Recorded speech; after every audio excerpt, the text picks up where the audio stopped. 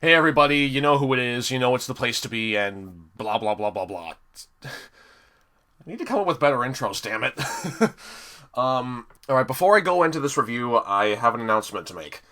Um, as some of you might already know, but for those of you who don't know, my TNF episode 1 video, The Red Wonder, has become unviewable due to copyright in the United States. So, since I think a majority of my viewers are from the US as well as the UK, I think the UK can view it just fine, but I'm not sure about I know the US can't, but I don't know. Whatever. Because it's become unviewable, I have. Basically, here's the scoop. The reason why it's become unviewable is because there's a piece of copyrighted music during this one montage scene. And since that's probably the only other reason that it's unviewable, I have I mean, the video, it's still up. It's still uploaded, but apparently only I myself am able to watch it, and apparently nobody else, at least in the US. I'm not sure if it's the same in the UK, but whatever. The video's not even set on private, so I made a decision, since there's really no point in keeping a video uploaded that nobody is able to watch, I have decided to take it upon myself and delete episode 1. Wait, hold. Don't go into a rage or cry your eyes out or anything like that. Let me offer this. I have decided to delete episode 1, but then I'll re-upload it with better audio. Now, I know some of you might be thinking, why don't you just replace the music for that one scene? I kind of took it upon myself because, if you know me, I can't stand watching my old episodes. I think they are horribly executed.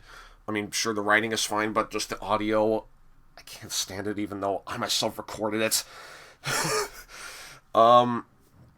So yeah, I've decided to delete episode 1 and then re-upload it with better audio. Not just for that one scene, but I'm thinking of, like, re-recording the lines and everything for Thomas Percy James, Fat Controller role, and so on and so forth.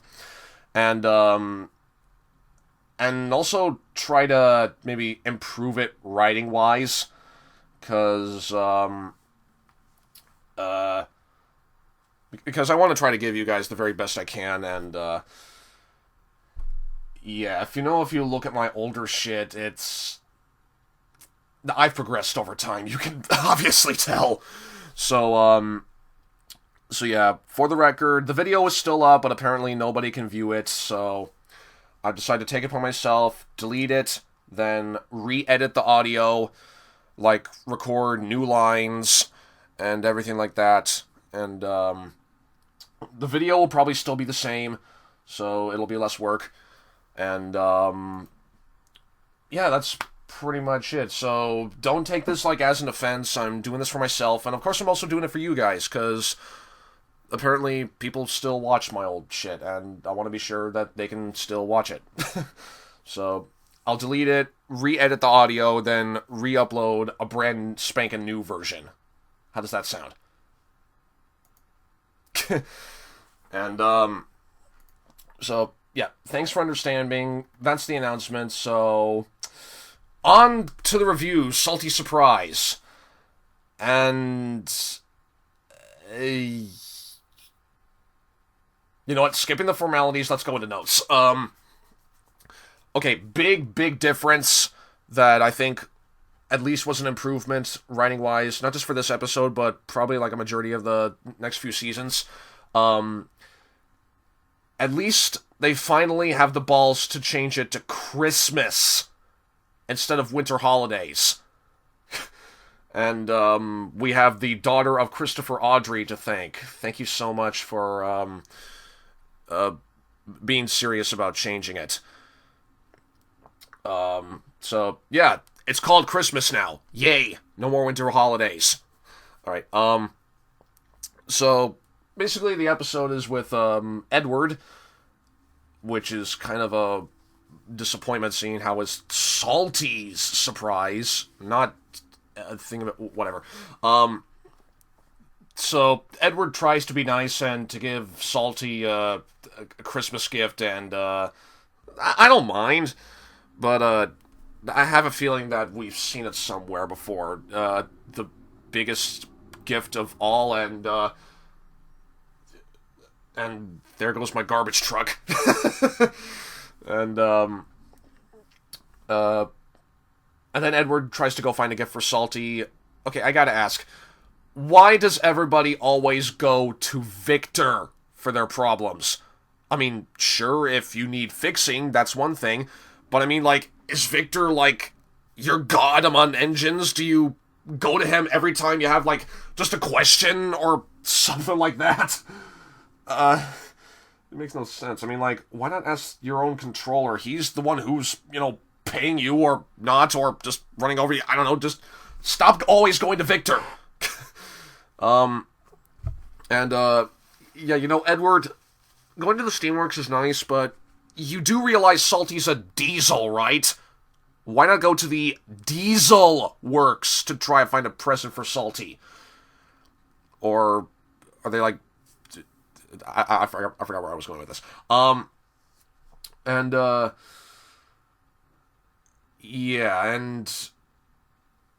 what else? Yeah, the gift ideas themselves, they're innocent enough, but just like the gifts themselves, the paint, the tree, I forgot what the last one was. The funnel, right? They're just unbelievably stupid.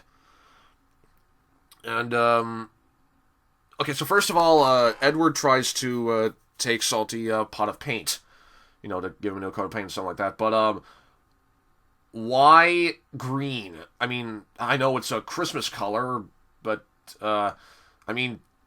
Salty isn't green! He's red! I mean, that's what he is! Good lord, not only is Edward growing less wise, but he's also becoming colorblind.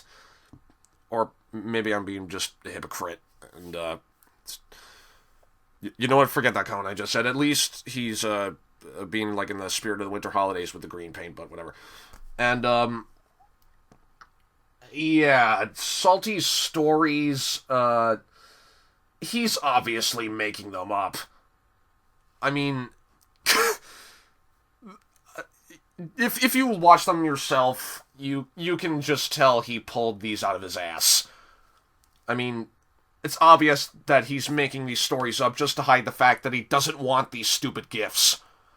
I mean, if you watch it again, every time Salty gets a gift, he's like rolling his eyes around, trying to come up with a way to, get out of this, trying to think of a cop-out, or something like that. Like, here you go, Salty, a present! I have a story to tell! And, okay, the first story itself, we get to see Green Salty. Oh boy, I'm sure that'll be made into a toy soon enough. And, once, a long time ago, there was no red paint. Oh no! No red paint?! Truly, this is the end of the world! Now Salty's gone all commando on us! And, seriously, nobody could see Salty. I mean, granted, he wasn't camouflaged, that well, but, I mean, like, would an engine come up and, be like, oh, hello, floating face that looks exactly like Salty. Have you seen my friend Salty? Thomas, I am Salty. No, I don't think so. Everyone knows Salty is red, and you couldn't possibly be him despite you have the exact same shape and voice as he does. Well, so long, Diesel, who obviously isn't Salty. Yarg. And then Stanley puffs by. Hi, Paxton. Okay, now that's just insulting. And, so, of course, the paint doesn't work. And then... the second gift. Son of a bitch. Why do you still have that gay funnel from that wretched Slippy Sodor episode? You've honestly been keeping it around this whole time? And, yeah, even Edward thinks that the funnel is a dumb idea. I mean, Salty's a diesel. He doesn't need a funnel. But it's fancy! Well, if you put it like that... I mean, like, fancy... Just the mere mention of Kevin saying fancy, that's like the trigger word. I mean, like, imagine this scenario. I'm sorry, sir, I don't need a vegetable dicer.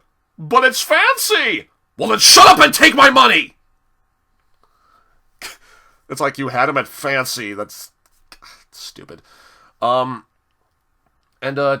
yeah, when Salty is telling the story about the fancy funnel, even Cranky thinks this scenario's ridiculous. I mean... Salty, there's an easier way to do this. Just say no. No, Edward, I'm sorry. I don't need a funnel, you stupid face. And it's that simple, damn it. And then during the story, I'm sorry, I know this is a nitpick, but simply just putting a funnel on his stack does not make it spin around and fall off. Yeah, like, momentum? Inertia? What are those things? I mean, is the funnel like, oh hell no, I ain't being stuck on this yapping nitwit, I'm out of here, sploosh. Oh god. And then the third gift. Yeah, tell me how stupid this sounds. Instead of putting the tree on a flatbed like you pretty much do with every single other fucking load you pull, you store it in your cab where it will in no way poke your crew's eyes out or catch fire from your firebox. Edward the Wise Old Engine, everybody! And, yeah, like I said before, Salty's stories, or cop-outs if you will, they're becoming just as pretentious as Gordon. I mean, sure, Salty, he likes stories, fine. But I believe in your introductory episode, I believe it was said, but you love the sea. The sea! I mean, you're brushing the sea off and telling yourself you like stories the most, but which is it? And then of course, the ending was pointless, and Sir Topham Hatt appearance as Santa, I thought that was a little forced. So overall, I mean, Salty Surprise, it wasn't terrible, but it just left me confused. I mean, it's pretty obvious that this story was thrown together at the last minute. I mean, Salty's stories, I mean, they have no substance. Remember the story he told about that shipwreck in No Sleep for Cranky? That was a story. I mean, see, even the garbage truck agrees. These stories right now, they're just pretentious excuses to say, no, I don't want your stupid excuse for a gift, you dunce. I mean, granted, Edward's head was in the right place, but it sort of wasn't. Pretty much like Thomas was in Thomas Toots the Crows. And, also, why Edward? I mean, they've completely idiotized him, or however you want to make that word. I would expect this sort of act from, like, Percy or something like that, not Edward. But, then again, I probably shouldn't be getting hopes up that high. I mean, Hit's running the show now, we don't get jack shit. So, yeah. And, to sum it all up, it's basically just the biggest present of all again, just with Edward and more half-assed. Overall, this was just a lame episode. 1.5 out of 5. So, that's pretty much all I gotta say about Salty Surprise, and, yeah, so, see you next time.